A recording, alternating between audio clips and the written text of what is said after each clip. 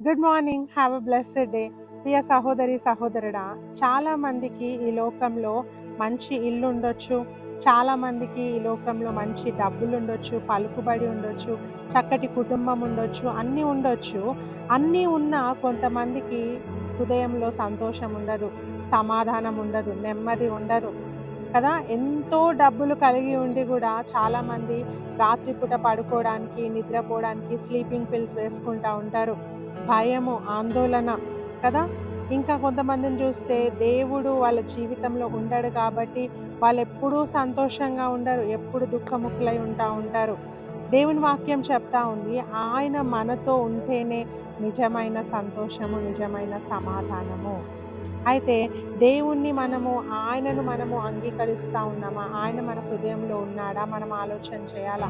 దేవుడు అబ్రహామును ఎప్పుడైతే తన కుమారుని ఇస్తానని దేవుడు వాగ్దానం చేశాడో, అంతకు ముందు దేవుడు కోరుకుంటుందేంటంటే, నన్ను నువ్వు స్వీకరించు అబ్రహాం.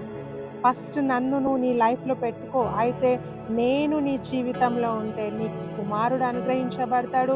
నీకు కావాల్సినవన్నిటిని నేను సమృద్ధిగా ఇస్తాను. కానీ మొట్టమొదటిగా నువ్వు నన్ను స్వీకరించు అని దేవుడు కోరుకుంటా ఉన్నాడు. అదే దేవుడు ఈరోజు మన నుండి కూడా అదే కోరుకుంటా ఉన్నాడు. ప్రియ సహోదరి, సహోదరుడా, మొట్టమొదటిగా మనము ఆయనను కోరుకోవాలి. ఆయన మన జీవితంలో ఉండాలి. ఆయన మన జీవితంలో ఉంటే మనకు గొప్ప సంతోషము, సమాధానము. దేవుడు మన జీవితంలో ఉంటే ఈ లోకంలో ఏది ఉన్నా లేకపోయినా, ఎవరున్నా లేకపోయినా మనం చాలా సంతోషంగా ఉంటాం.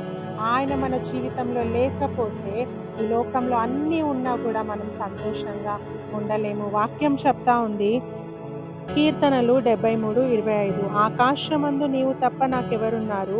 నీవు నాకుండగా ఈ లోకంలోనిదేదియు నాకు అక్కరకు లేదు.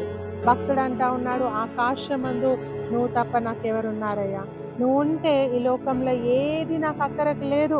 ఎందుకంటే నువ్వుంటే సమస్తము నాతో ఉంటాయి. నువ్వుంటే సమస్తము ఇచ్చే దేవుడవు నా పక్షాన నువ్వు ఉన్నావు కాబట్టి నేను దేనికి బాధపడను, భయపడను అని చెప్తా ఉన్నాడు. సో ప్రియ సహోదరి, సహోదరుడా, మనం కూడా దేవుని వైపు చూద్దాం. ఆయనను స్వీకరిద్దాము. ఆయన మనతో ఉంటే ఈ లోకంలో అన్నిటినీ దేవుడు మనకు సమకూర్చి దయచేస్తాడు. God bless you.